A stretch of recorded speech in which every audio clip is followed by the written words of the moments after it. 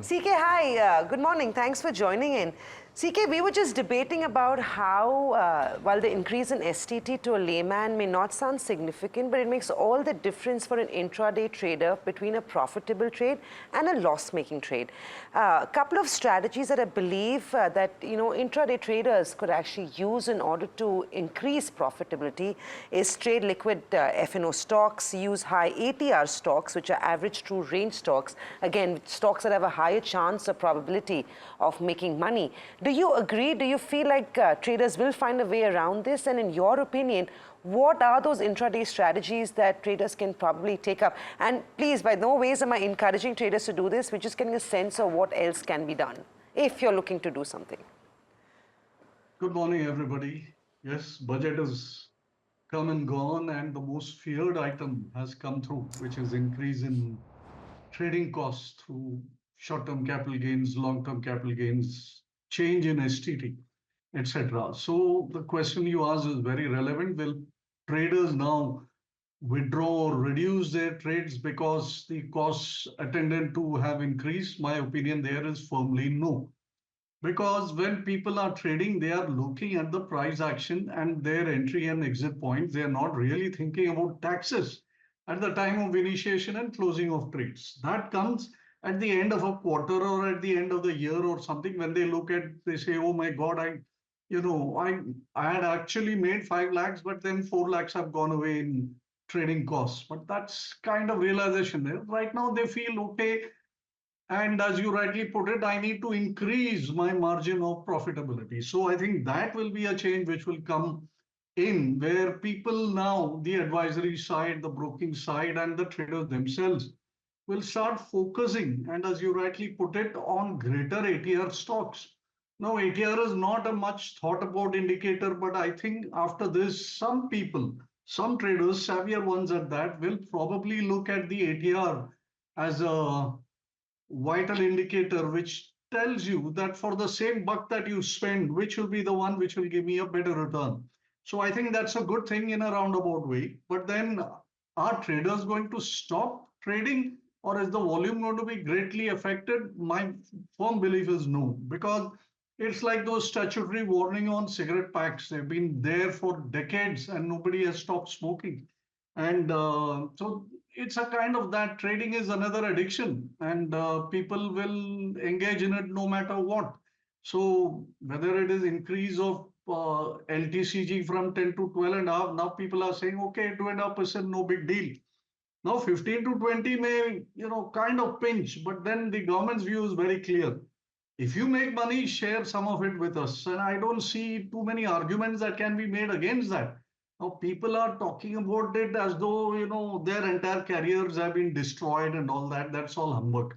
So you make money, find ways to make more money.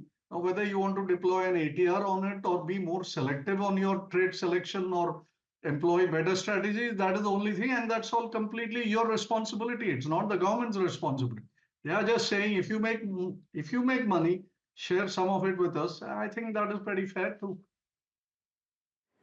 Right. CK, completely agree. And you know what I'd love to do is maybe after the show, connect with you at a later stage and get those ideas and strategies for traders.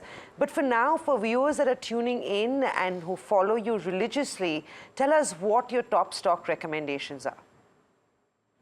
Well, I think the best answer comes from the market itself. Yesterday, the recovery was led by FMCG stocks.